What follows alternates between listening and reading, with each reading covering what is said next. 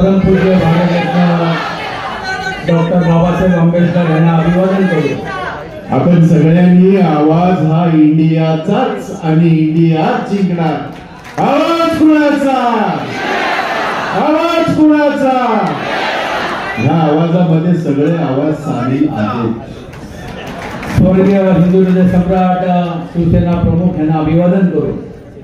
आजच्या या कार्यक्रमासाठी उपस्थित असलेले मंचावर सर्वच मान्यवर, विशेषतः आप पार्टीच्या प्रमुख, त्याचप्रमाणे आदरणीय आमदार, आमचे सहकारी काँग्रेस पक्षाचे ज्येष्ठ नेते आदरणीय भाई जगतापजी, ज्यांचं मार्गदर्शन ऐकून आता आम्हाला असं वाटायला लागलं की आमच्याकडे पण एक राष्ट्रीय नेता आहे। असे आमचे माननीय माजी आमदार चरणसिंग सप्राजी, आमचे तरुण सहकारी, मी तरुण यासाठी सांगतो की सुनीलजींना बघितल्यानं असं वाटतच नाही आमचं वय वाढते। आदरणीय सुनील राऊतजी, रमेश कोरगावकरजी, विभाग प्रमुख आमचे शिंदेजी, मंचावर उपस्थित असलेले सर्व मान्यवर, राखीताई जाधवजी, इतर पक्षातले सर्व पदाधिकारी, sorry I will not forget your name, Bakshi ji ताई आहेत, आदरणीय व्यासपीठ, सर्व पक्षाचे प्रमुख नेतेगण, उपस्थित तमाम पक्षातील या लोकसभेमधील प्रमुख पदाधिकारी, कार्यकर्ते, बंधुगिरी मानव, तरुण सहकारी मित्रांनो,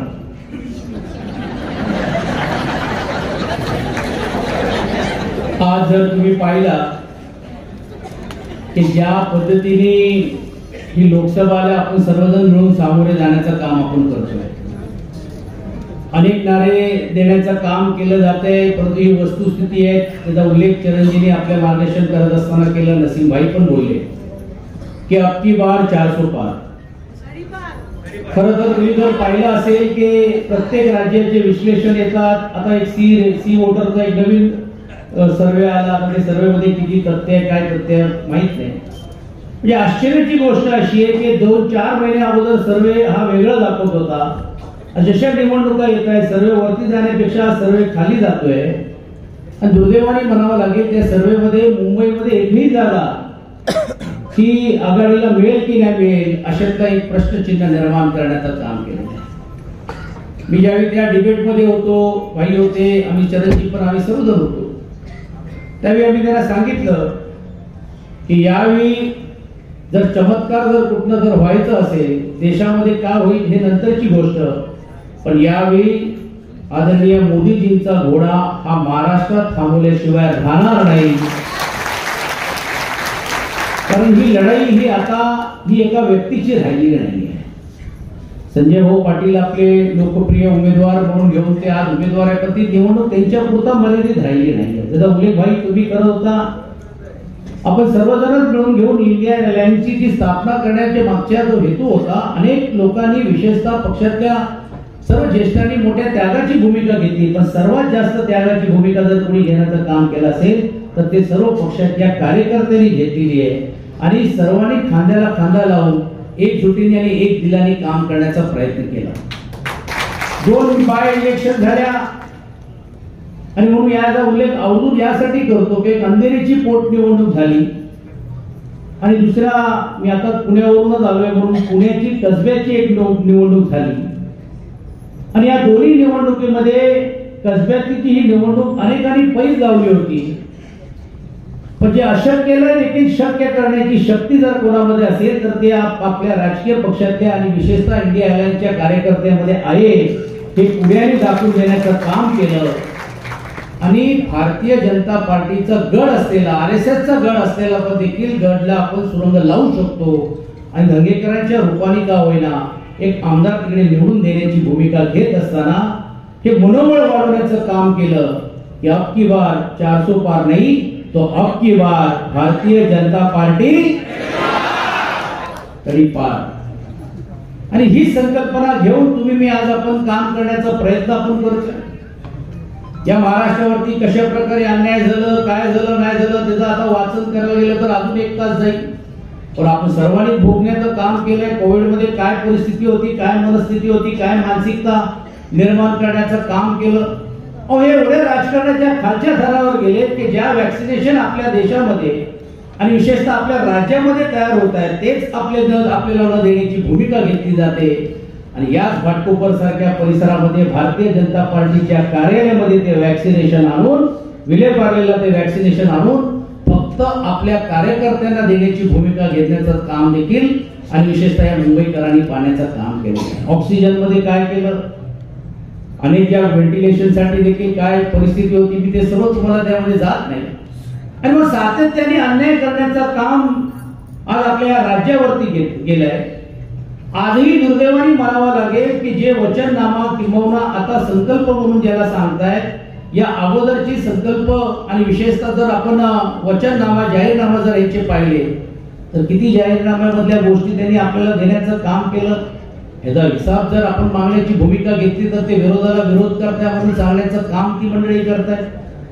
आणि आश्चर्याची गोष्ट अशी आहे की या देशाचे सर्वोच्च पदावरती असलेले देशाचे पंतप्रधान ज्यावेळी निवडणुकीला येतात, निवडणुकीला आल्यानंतर 10 वर्षामध्ये आम्ही लोकांसाठी काय दिलं, लोकांना आम्ही काय मिळवून देण्याची भूमिका घेतली, आम्ही 15 लाख खात्यामध्ये तर देऊ शकलोच नाही, तर तरुणांना रोजगार देण्यासाठी देखील जे रोजगार उपलब्ध करून करण्याचं काम केलं पाहिजे होतं तेही देखील करू शकलो नाही.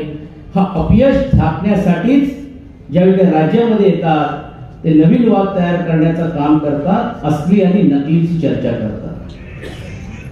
म्हणजे देशामध्ये विशेष सर्व हे प्रश्न आहेत की नाही, वाढणारी महागाईच्या बद्दल कोण बोलणार आहेत की नाही, किंवा देशाचे पंतप्रधान त्याच्याबद्दल कशा प्रकारे तुम्ही लोकांच्या समोर जाणार आहात ते सांगणार आहात की नाही. बाळासाहेबांचा फोटोच टाकला नाही आणि आनंद दिघेचा फोटो टाकला नाही. ही माणसं अशीच आहे. निवडणुकीच्या वेळी गेल्या वर्षी छत्रपती शिवाजी महाराजांचा मोठा कटआउट वरती फोटो आपल्याला प्रचाराच्या प्रत्येक होर्डिंग वरती दिसायचा. आज फक्त कोणाचा फोटो दिसतोय आणि केंद्र सरकार म्हणून सांगत नाही, सरकार म्हणून सांगत नाही, अबकी बार मोदी सरकारची घोषणा करतायत.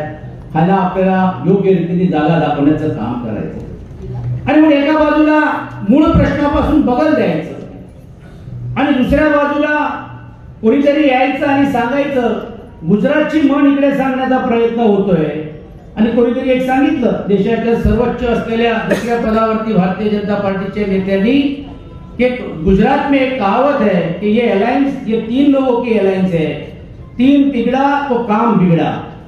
पण त्यांना हे माहित नाहीये की मराठीत पण एक म्हण आहे की 3 13 आणि 9 12 हा महाराष्ट्रात तुमचे 12 वाजवल्याशिवाय राहणार नाही.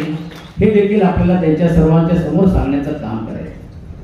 जे नेतृत्व देशाच्या इकडे येऊन भाषण करताय, राज्यामध्ये पण त्याच पद्धतीने असलेले नेते मंडळी कशा प्रकारे वागतायत. पहिलं तर या राज्यामध्ये लोकांनी माईक खेचताना बघितलं. आता तर माईक जाऊ द्या, पक्षात खेचण्याचा प्रयत्न जी मंडळी करतात आणि ज्यांना सांगावं लागतोय की मला इथपर्यंत येण्यासाठी 2-2 पक्ष फोडावं लागलं.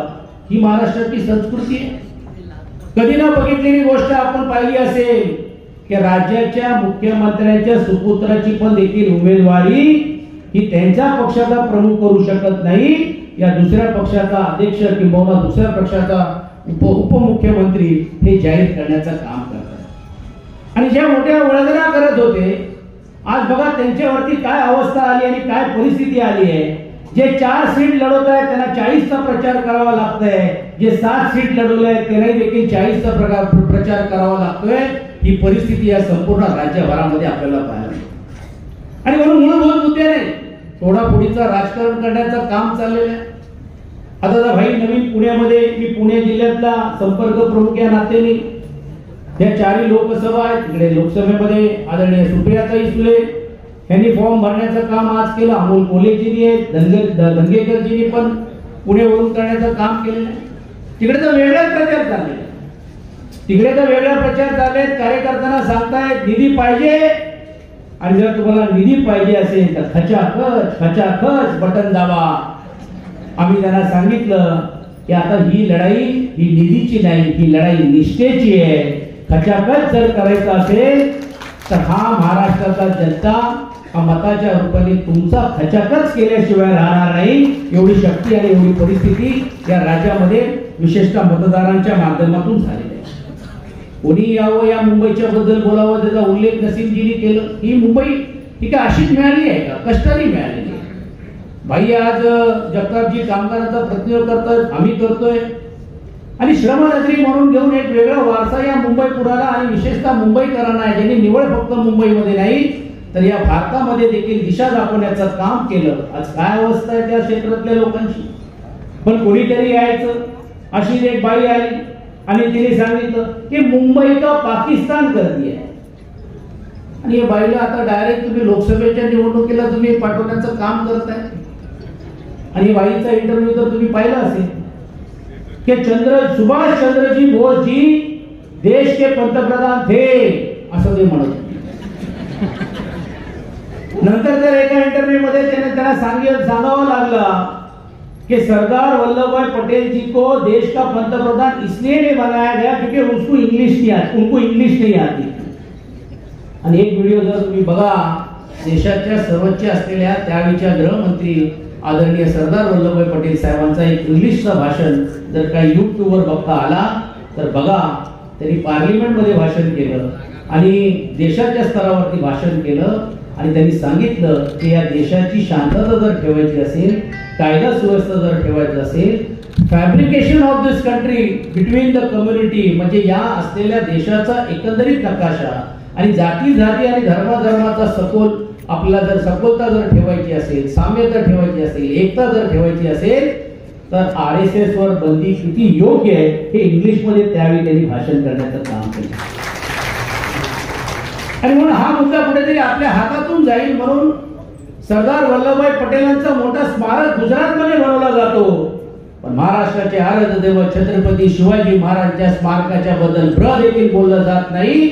आणि तेच परमपूज्य भारतरत्न डॉक्टर बाबासाहेब आंबेडकरांचा स्मारक हे गेल्या 2-3 वर्षापासून अजून का तयार होऊ शकले नाही याच्याबद्दल साधा कोणीही देखील असलेला व्यक्ती किंवा असलेला माणूस हे बोलायला तयार नाही.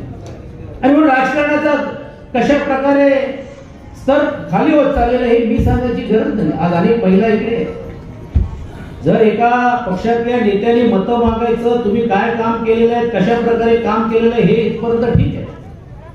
त्यांनी विश्लेषण करायचं द्रौपदीच्या बद्दलचं आणि महिलांच्या बद्दल आता वेगळ्या पद्धतीने काय चाललंय किंवा त्याची कशी संख्या कमी होत चाललेली आणि अशी ही वेळ येईल. हा काय अपमान नाहीये महिलांचा. आणि तरी देखील तुम्ही मतं मागणारा नैतिक तुम्हाला अधिकार तो पोहोचतोय की तुम्ही मतदारांकडे आणि विशेषतः महिला भगिनींकडे मताचा जोगवा घेऊन तुम्ही फिरणारा या असंख्य विषयासाठी देखील आपल्याला पुढे या सर्व लोकांच्या समोर प्रश्न मांडण्याचं काम आपल्याला करावं लागेल.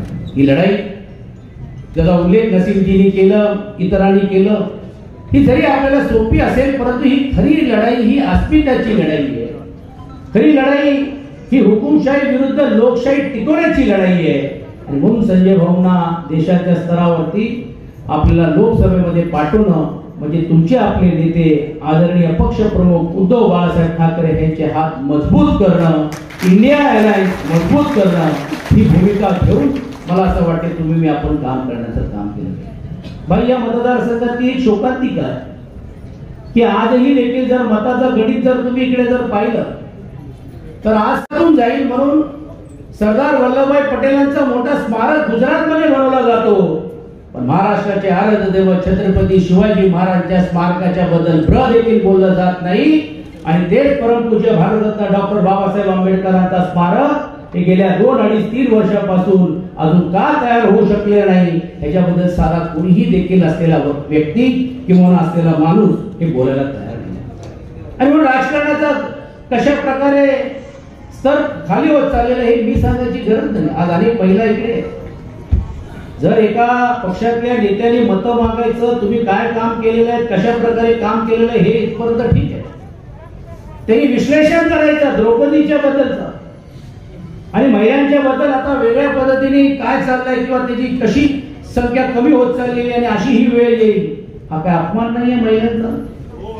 आणि तरी देखील तुम्ही मतं मागणारा नैतिक तुम्हाला अधिकार तो पोहोचतोय की तुम्ही मतदारांकडे आणि विशेषतः महिला भगिनींकडे मताचा जोगवा घेऊन तुम्ही फिरणारा या असंख्य विषयासाठी देखील आपल्याला पुढे या सर्व लोकांच्या समोर प्रश्न मांडण्याचं काम आपल्याला करावं लागेल. ही लढाई ज्याचा उल्लेख नसीमजींनी केलं, इतरांनी केलं, ही जरी आपल्याला सोपी असेल, परंतु ही खरी लढाई ही अस्मिताची लढाई आहे. खरी लढाई ही हुकुमशाही विरुद्ध लोकशाही टिकवण्याची लढाई आहे. आणि म्हणून संजय भाऊंना देशाच्या स्तरावरती आपल्याला लोकसभेमध्ये पाठवणं म्हणजे तुमचे आपले नेते आदरणीय पक्षप्रमुख उद्धव बाळासाहेब ठाकरे यांचे हात मजबूत करणं, इंडिया अलायन्स मजबूत करणं ही भूमिका घेऊन मला असं वाटते तुम्ही मी आपण काम करण्याचं काम केलं.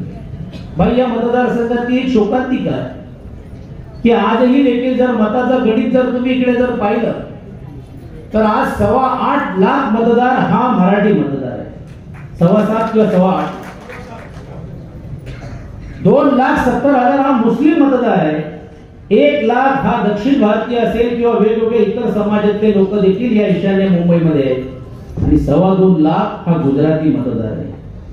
या मुंबई शहरामध्ये समाजाबद्दल आम्हाला कोणालाही काही म्हणायचं नाही, पण कशा तिरस्काराने तुम्ही बघण्याची भूमिका घेता की भारतीय जनता पार्टीने आता फक्त 2 उमेदवार जाहीर केले, एक मीर कोटेचा आणि दुसऱ्या बाजूला पियुष गोयल. भारतीय जनता पार्टी म्हणजे पार्टी विथ डिफरन्स म्हणणारे मला आजही स्वर्गीय प्रमोदजींचा शायनिंग इंडियाची त्या वेळची गोष्ट आठवते, अटल बिहारी वाजपेयींची पण आठवते. ही राज्याची आणि या शहराची शोकांतिका आहे की ज्या प्रमोद महाजनजींनी पण देखील एक इतिहास घडवण्याचं काम आपल्या क्षेत्रामध्ये केलं असेल आणि शायनिंग इंडियाच्या नावाखाली का होईना एक देशाला एक नवीन दिशा दाखवण्याचं काम केलं, आज त्यांच्या कुटुंबाच्या लोकांना उमेदवारी पण देखील मिळू नये, त्यांनाही उमेदवारीसाठी थांबावं लागतोय. आणि परिस्थिती आज अशी आहे की फक्त ठराविक लोकांनाच डोळ्यासमोर ठेवून हे जे राजकारण करण्याचा प्रयत्न होतोय हे आपण थांबवणार आहात की नाही. जो द्वेष आपल्याबद्दल दाखवला जातोय आणि जाणून बुजून ज्या पद्धतीने आपल्याला खाली खेचण्याचं काम किंवा खालपणा दाखवण्याचं काम केलं जातोय, ही परिस्थिती जर बदलायची असेल तर आपल्याला जागृत राहावं लागणार आहे. आणि यावेळी आपल्याला लोकांसमोर जावं लागणार आहे, सांगावं लागणार आहे की विकासाची कामं आता आहेतच आहेत.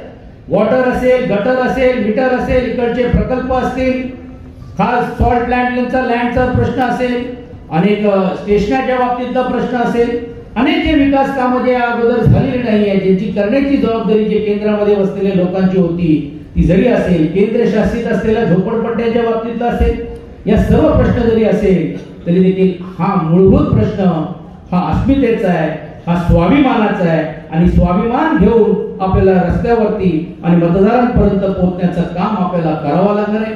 भाई आणि चरणजी आणि राखीताई आणि आप पार्टीतले आणि अनेक सीपीआय सीपीएम मधले या नेत्यांचा पण देखील पक्षाचा एक कार्यकर्त्या नात्याने मी मनापासून आभार मानतो की आपण देखील एक त्यागाची भूमिका या मुंबई शहरामध्ये घेण्याचं काम आपण करता. जी त्यागाची भूमिका आम्ही रामटेकसाठी घेतली असेल, जी त्यागाची भूमिका आम्ही कोल्हापूरसाठी घेतली असेल, आज तीच भूमिका देखील तुम्ही मोठे मनाने घेऊन आज एक संघाने इकडे एकत्रित राहण्याचं काम करताय. आणि मी जाहीर रीतीने आज ज्यावेळी महाविकास आघाडीची बैठक, ज्यावेळी आमची सभा जी आज पुण्याला होती, त्यावेळी आम्ही स्पष्ट सांगितलं की ज्यावेळी आमचे या राज्यामध्ये अनेक मुख्यमंत्री होत असताना सत्कार तुम्ही पाहिलेले आहेत, वर्षावरती जाणाऱ्या लोकांच्या रॅली निघालेल्या आहेत, पण या राज्याने एक गोष्ट पण पाहिली की मुख्यमंत्रीच्या वरून पाय उतार झाल्यानंतर देखील त्याचा सत्कार होतो, लोक भावनात्मक होतात आणि रस्त्यावरती फुलांचा वर्षाव होताना देखील आपण पाहण्याचं काम केलेलं आहे. असे आमचे नेते आदरणीय उद्धव बाळासाहेब ठाकरे बरोबर पण देखील ज्यावेळी आमदार सोडून गेले, खासदार सोडून गेले, राऊत साहेब किंवा आमच्यासारखे किंवा अनेक इकडे आमदार असतील, आमच्यासारखे सर्व मंडळी त्यांच्याबरोबर राहिलेले आहेत, तमाम जनता राहिली. पण मला आवर्जून सांगावं लागेल की त्यावेळी देखील त्यांना मोठेपणा देण्याचं काम, त्यांचा पक्ष राहील की नाही राहील, चिन्ह राहील की नाही राहील, आमदार येतील की नाही येतील, सत्तेमध्ये पुढे येतील की नाही येतील, हा विचार न करता त्यावेळी जर खऱ्या अर्थाने जर मित्र पक्ष या नात्याने जर कोणी साथ दिली असेल तर ते काँग्रेस पक्षाने, राष्ट्रवादी काँग्रेस पक्षाने दिलेली आहे. हे मी जाहीर रीतीने सांगण्याचं काम केलं. आणि आम्ही शिवसैनिक, शिवसेनेचा कार्यकर्ता हे आम्ही सहजासहजी विसरणारे नाही आहोत. आणि म्हणून जशी साथ तुम्ही दिली, आज ती वेळ राष्ट्रवादीवरती आलेली आहे. आज काँग्रेस पक्षामध्ये पण देखील काही छोट्या मोठ्या प्रमाणावरती ते करण्याचा प्रयत्न करतायत. अशा वेळी इंडिया अलायन्स ही मजबूतीने उतरली पाहिजे. इंडिया अलायन्स ही निवड फक्त या ईशान्य मुंबईमध्ये लढत नाहीये, तर इंडिया अलायन्स 48 जागेवरती लढते. इंडिया अलायन्स मुंबईच्या तमाम 6 सीटवरती लढते आणि मुंबईकर चमत्कार करून दाखवू शकतो. हे गेल्या निवडणुकीमध्ये जसं त्यांनी चमत्कार करून दाखवण्याचं काम त्यावेळी भारतीय जनता पार्टी आणि शिवसेनेसाठी केलं. 2004 साठी मी साक्षीदार होतो की याच परिसरामध्ये गुरुदास कामतजी त्यावेळी निवडून गेले होते. बाकीच्या ह्याच्यामध्ये